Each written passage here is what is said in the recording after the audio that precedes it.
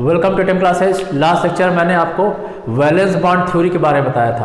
अब हमें जानना यह है कि वैलेंस बॉन्ड थ्योरी भी क्यों फेल हो गया, और फेल होने के बाद एक नई थ्योरी आई जिसको बोलते हैं हाइब्रिडाइजेशन। तो हाइब्रिडाइजेशन क्या थ्योरी क्या है और ये वैलेंस बॉन्ड थ्योरी क्यों फेल हुआ, उसका क्या क्या रीजन था, क्या लिमिटेशन, सब हमें जानना है। ठीक है, तो इसके लिमिटेशंस पढ़ना है सबसे पहले वैलेंस बॉन्ड थ्योरी के, और फिर आगे क्या पढ़ना है, हाइब्रिडाइजेशन के बारे में पढ़ना है। तो सबसे पहला जो इसका लिमिटेशन था वो लिमिटेशन ये था कि ये कोऑर्डिनेट बॉन्ड को एक्सप्लेन नहीं कर पाए।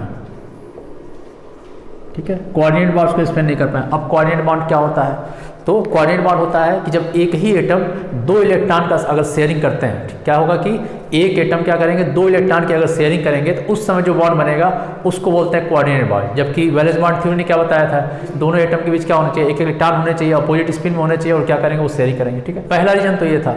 अब दूसरा रीजन क्या है इसका कि इन्होंने ऑड इलेक्ट्रॉन बॉन्ड को भी नहीं बता पाए कि ऑड इलेक्ट्रॉन बॉन्ड क्यों बनते हैं। अब ऑड इलेक्ट्रॉन बॉन्ड क्या होता है, ऐसा बॉन्ड जिसमें जो एक ही इलेक्ट्रॉन से बने, या फिर तीन इलेक्ट्रॉन से बने, या फिर पांच इलेक्ट्रॉन से बने। ठीक है, ऐसा बॉन्ड जो क्या हो, एक इलेक्ट्रॉन से बने, तीन इलेक्ट्रॉन से बने, या फिर पांच इलेक्ट्रॉन से बने, उसको बोलते हैं ऑड इलेक्ट्रॉन बॉन्ड। ठीक है, जबकि वैलेंस बॉन्ड थ्योरी में क्या कहा गया था कि शेयरिंग होती है तो दोनों में एक एक इलेक्ट्रॉन होने चाहिए। ठीक है, तो इस चीज़ को भी एक्सप्लेन नहीं कर पाए। तीसरी चीज़ थी ऑक्सीजन के बारे में। ऑक्सीजन जो गैस होता है वो क्या होता है, इन्होंने कहा था कि ये डायामैग्नेटिक होता है, डायामैग्नेटिक प्रॉपर्टी होता है। मतलब जो ऑक्सीजन की मैग्नेटिक प्रॉपर्टी होती है वो कैसा होता है, डायामैग्नेटिक होता है। किसके अकॉर्डिंग, वैलेंस बॉन्ड थ्योरी के अकॉर्डिंग। लेकिन एक्चुअल में क्या था, लेकिन अगर एक्चुअल में देखा जाए तो एक्चुअल में ऑक्सीजन था वो कैसा था, पैरामैग्नेटिक था। और अगर पैरामैग्नेटिक प्रॉपर्टी शो करता है तो इसका मतलब क्या होगा कि इसमें होंगे अनपेयर इलेक्ट्रॉन भी होंगे। ठीक है, तो एक्चुअल में था भी ऐसा ही, जो ऑक्सीजन था वो क्या था, उसमें अनपेयर इलेक्ट्रॉन होते थे, दो अनपेयर इलेक्ट्रॉन होंगे, और वो क्या होता है, पैरामैग्नेटिक बिहेवियर शो करता है। जबकि वैलेंस बॉन्ड थ्योरी के अकॉर्डिंग क्या था, ऑक्सीजन में क्या था, कोई अनपेयर इलेक्ट्रॉन नहीं थे, और कैसा था, डायमैग्नेटिक बिहेवियर शो करता था। ठीक है, तो इस चीज़ को भी वैलेंस बॉन्ड थ्योरी एक्सप्लेन नहीं कर पाया कि क्यों ऑक्सीजन पैरामैग्नेटिक होता है और क्यों उसमें अनपेयर इलेक्ट्रॉन होते हैं। ठीक है, इस चीज़ को एक्सप्लेन किसने किया था, इसको एक्सप्लेन किया था मॉलिक्यूलर ऑर्बिटल थ्योरी ने। ये अभी हम आगे पढ़ेंगे क्या होता है। ठीक है, तो ये सारी चीज़ें थी। अब जो अगला पॉइंट है वो है इसका geometry of molecule. Geometry of molecule, तो ये क्या किए थे, जियोमेट्री ऑफ मॉलिक्यूल भी एक्सप्लेन नहीं कर पाए थे, किसी मॉलिक्यूल की जियोमेट्री क्या होती है।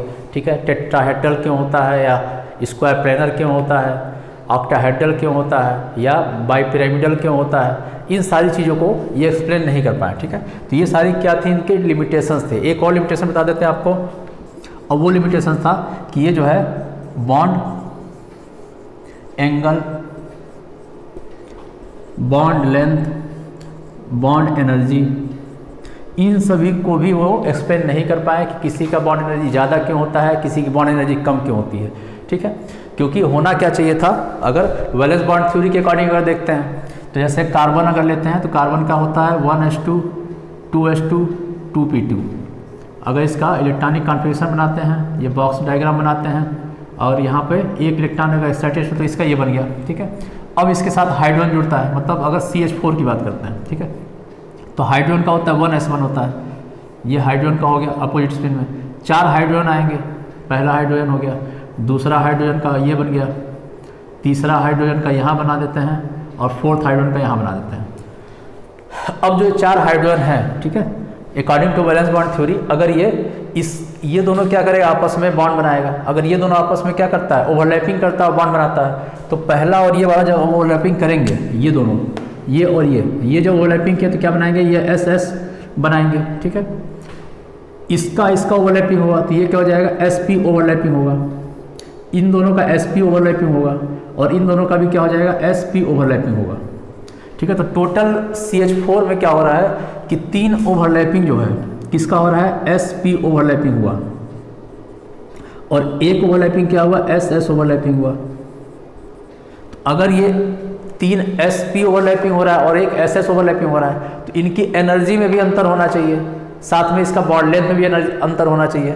लेकिन एक्चुअल जब देखा गया, प्रैक्टिकली जब देखा गया, तो CH4 के जो चार कार्बन होते हैं, CH4 के जो चार हाइड्रोजन होते हैं, इन चारों हाइड्रोजन में क्या था, सभी का बॉन्ड लेंथ इक्वल था, बॉन्ड एनर्जी इक्वल था, सारी चीज़ें इक्वल थी, सारे जो चारों बॉन्ड थे वो क्या थे, एक दूसरे से आइडेंटिकल थे। ठीक है, तो इस चीज़ को भी वो एक्सप्लेन नहीं कर पाए कि क्यों जो है चारों इक्वल होता है, बॉन्ड लेंथ इक्वल है, बॉन्ड एनर्जी इक्वल है।